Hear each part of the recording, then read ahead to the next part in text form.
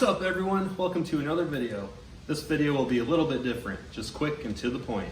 Today I'm going to talk about the front parking light and the side marker on a Jeep CJ. I have seen several requests lately from other Jeep videos that I've made asking about these not working when switching out light bulbs. And there's one reason that's pretty typical for it. So let's check it out. First, I'll turn on the turn signals. All right, the turn signal's on, the front parking light flashes, and the side marker also flashes. And I'm being told that when the light bulb is changed, it doesn't work at all. And I'll show you why. The front parking light housing is held on with two screws, 1, 2. And this is what provides the ground for the turn signal on the side and the parking light to blink. I'm going to undo these screws.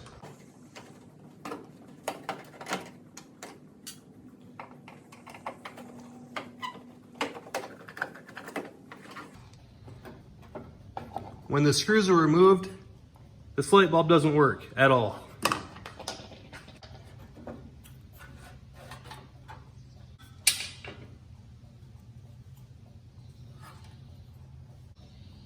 These wires do not provide the ground for the light to work. The housing grounded to the body is what makes it work.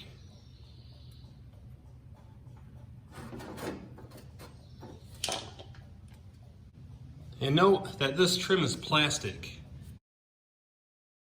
If you don't use the stock screw, then you'll be trying to ground the plastic to the body, which doesn't work. You need to use the factory screw, which has a shoulder on it. When this screw is installed, the shoulder bottoms out on the metal portion of the housing. And that's what grounds the system.